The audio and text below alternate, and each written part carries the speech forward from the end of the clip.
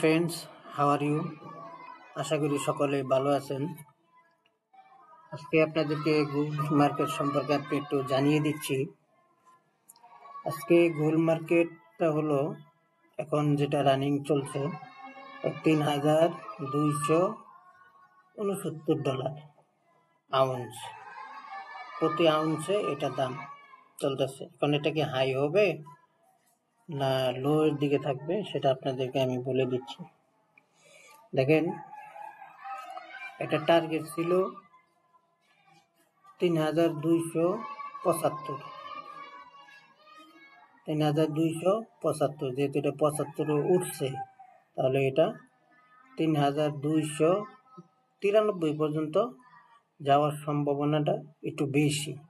যাওয়ার সম্ভাবনা বলতে এটা আজকে না হয় কালকে যাবে, এটা 3,290 পর্যন্ত এটা খরচ করবে ইনশাল্লাহ, আশা করা যায়।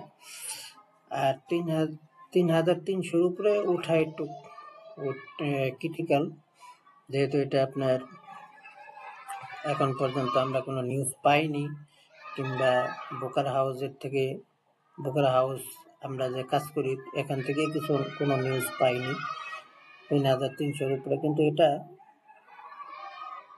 সর্বনিম্নে চলে আসবে। সর্বনিম্নে বলতে এটা এই যে দেখেন, এই যে